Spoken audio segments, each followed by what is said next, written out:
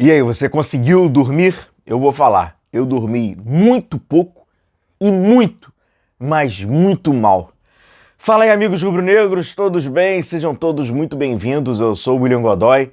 Vamos falar dessa classificação sofrida, cara. Como foi sofrida sobre o Estudiantes. O Flamengo chega a mais uma semifinal.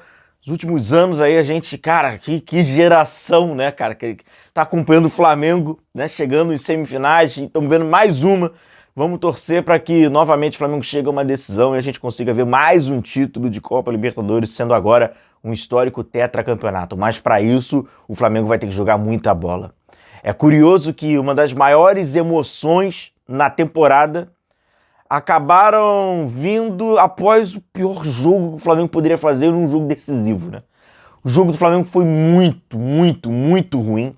Foi um jogo muito abaixo. Muitos jogadores abaixo. As ideias parecia que deu um branco na cabeça do Felipe, né? Porque não tinha nada pra sair dali. E o Flamengo foi sobrevivendo, cara. E nós também, né? Foi difícil, cara, acompanhar esse jogo. Nossas referências técnicas não jogaram nada, cara. A nossa dupla de zaga fez a sua pior partida, perdendo os duelos por cima. A nossa, digamos, em aspas, dupla de ataque, né? Nossa referência de ataque, Arrascaeta e Pedro, não jogaram nada. Então só por aí já fala muito, né? Foi um jogo, se a gente parar pra pensar, é um jogo que o Flamengo consegue se classificar tendo Léo Pereira, Léo Ortiz, para não precisar citar todos, mas Léo Pereira, Léo Ortiz, que é a dupla de zaga, e os caras na frente, Arrascaeta e Pedro, não jogando nada na mesma partida. E o Flamengo consegue sair vivo desse jogo. A gente saiu meio... Olha, foi difícil. Foi muito difícil. Chega junto, amigo rubro-negro, vamos falar sobre essa partida, vamos falar sobre essa classificação do Flamengo. Deixa o seu like, deixa a sua curtida. Muito obrigado pela força, pelo apoio de todos vocês. E você que não está inscrito ainda no nosso canal, inscreva-se no nosso canal. Nosso compromisso é diariamente passar as informações, notícias, análise e a nossa opinião por aqui. Então chega junto e aperta em inscrever-se para a gente alcançar a nossa meta de 149 mil inscritos. Beleza? Marcação do Flamengo alta. Não funcionou. Não funcionou. Não deu certo. Marcação do Flamengo baixa. Não funciona. Gente, não funcionou. Jogo do Flamengo com bola. Não funciona. Cara, não funcionou nada. Foi uma partida muito abaixo do Flamengo. Agora, o que o Estudiantes fez? Você que acompanhou o nosso vídeo desde a preparação, praticamente no início, né, a partir do meio da semana, melhor dizendo, eu já vinha trazendo os materiais. Eu falei, galera, os caras cruzam a bola da onde for. De fato, você viu isso. Eu só acho que houve uma frequência ainda maior porque eles foram vamos tentar aqui botar o Flamengo mais desconfortável possível. Cara, eles estavam levantando a bola de qualquer lugar do campo. Se você não marcar a origem, a bola vai ficar chegando toda hora onde eles querem e os duelos não eram ganhos. Os duelos não eram ganhos. Só para ilustrar, nem precisa. Com todo respeito aos nossos colegas aí que fazem aí os números, nem precisa, só é ver o jogo. Mas os números estão lá para mostrar pra gente, né? Léo Pereira não ganhou nenhum duelo. O atacante do Estudiantes de 14 ganhou 10 duelos. O Léo Ortiz não ganhou nem a metade. Ele ganhou 4 de 11. Assim, nem precisava. A gente já estava vendo o jogo, já era nítido. E aí é levantamento o tempo todo. Pra quê? Pra fazer casquinha, para brigar pela segunda bola, para tentar distanciar esse time do Flamengo. E dois jogadores em especial que ficam, né? Tanto o Saul quanto o Jorginho, eles tinham que subir para ajudar uma marcação que não estava encaixando e eles tinham que grudar nos zagueiros porque a segunda bola estava toda hora viva ali.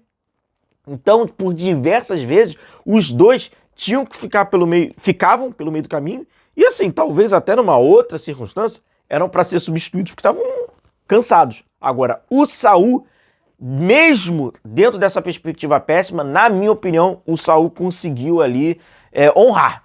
Porque ganhou os duelos individuais, conseguiu vencer esses duelos. Foi um dos raríssimos jogadores, até tem aqui alguns números dele, ó, conseguiu dar 2 passes decisivos, acertou a maior frequência de passes, venceu mais duelos, interceptou 3 vezes, desarme 3 vezes, 10 ações defensivas. Foi um jogador que defensivamente estava conseguindo diminuir, estava conseguindo vencer alguns duelos. Cara, cruzam da intermediária, estão nem aí. Cruzam da minha... Eu mostrei pra vocês a imagem idêntica, né, que eu havia mostrado. Cruzam bastante, do meio do... Falta quase lá perto do círculo central, no início do jogo. O que eles fazem? Cruzam também, então era o tempo todo. Bola esticada lá atrás, e aí sai o gol do Estudiantes.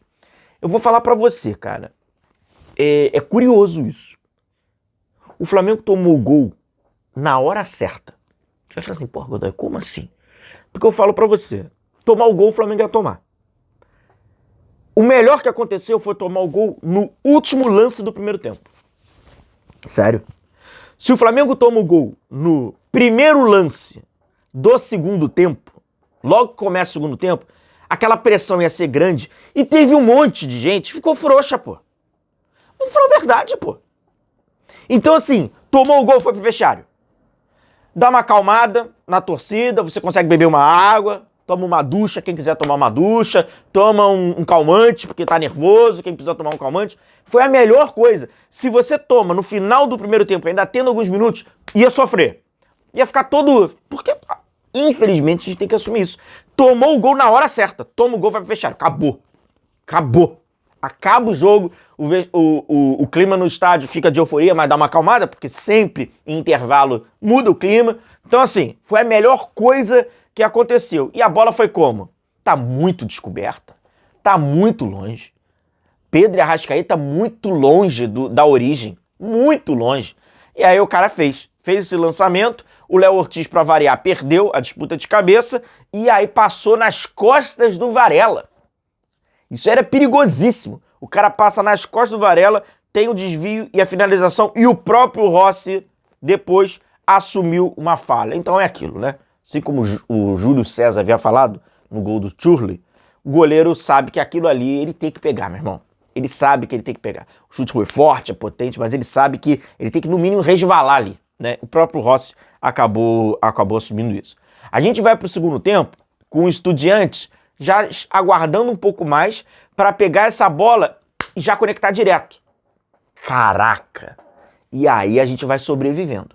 Porque com a bola no pé a gente não consegue nada. O Felipe Luiz promove as mexidas. Cara, eles foram nulos. Ofensivamente nulo.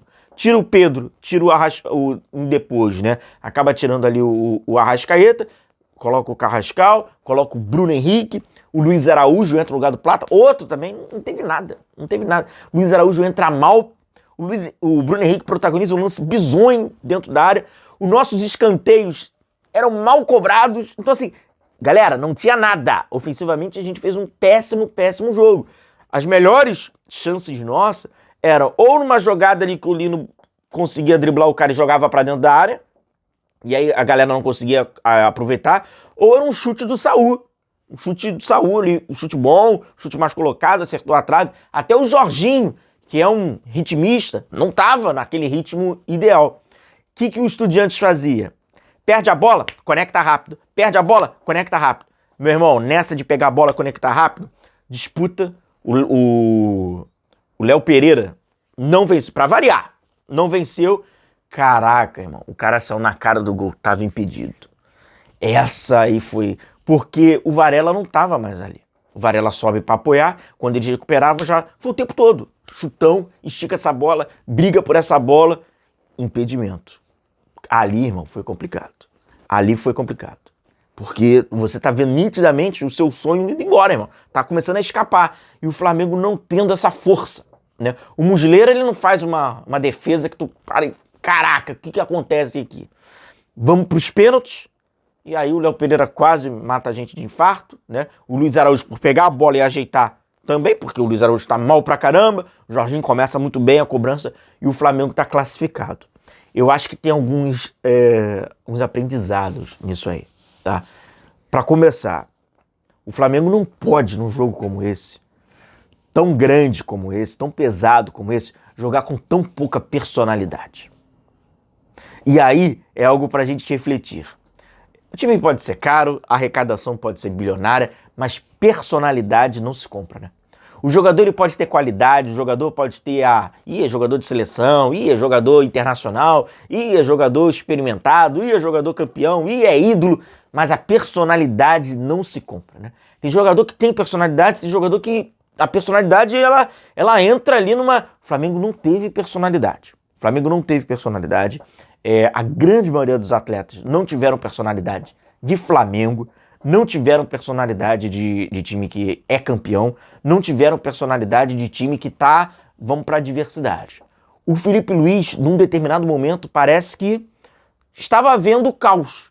Não conseguia reagir, porque não havia uma modificação para aquele problema do Estudiantes.